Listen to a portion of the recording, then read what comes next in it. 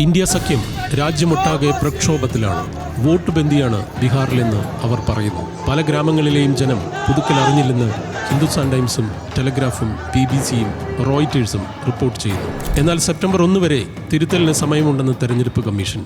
September 30-ന് എല്ലാ നടപടിക്രമവും തീരും.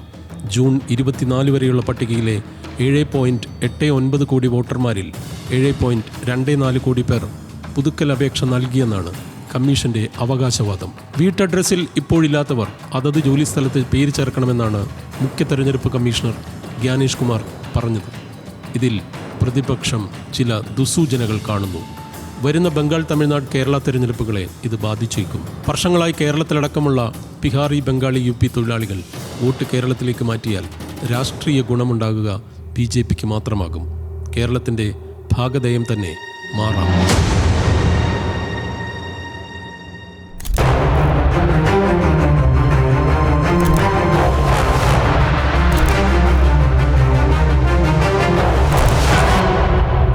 പഴയ പട്ടികയിൽ 35 ലക്ഷം പേർ ബീഹാറിലെ സ്ഥിരതാമസക്കാരല്ല. 22 ലക്ഷം പേർ മരിച്ചു. 7 ലക്ഷം പേരുകളിൽ ഇരട്ടിപ്പുണ്ട്. 1.2 ലക്ഷം പേർ പുതുക്കൽ അപേക്ഷ നൽകിയില്ല. കരട് വോട്ടർ പട്ടികയിൽ 7.24 കോടി പേരുണ്ട്. 77,789 ബൂത്തുകളിലായി ഓഫീസർമാർ പ്രവർത്തിച്ചു. ഇതാണ് കമ്മീഷന്റെ വാദം. എന്നാൽ മുസ്ലിങ്ങൾ കൂടുതലുള്ള കിഷൻഗഞ്ചിലടക്കമാണ് വൻ വെട്ടിമാറ്റൽ നടന്നതെന്നാണ് BBC-യും ഹിന്ദുസ്ഥാൻ ടൈംസും റിപ്പോർട്ട് ചെയ്തത്.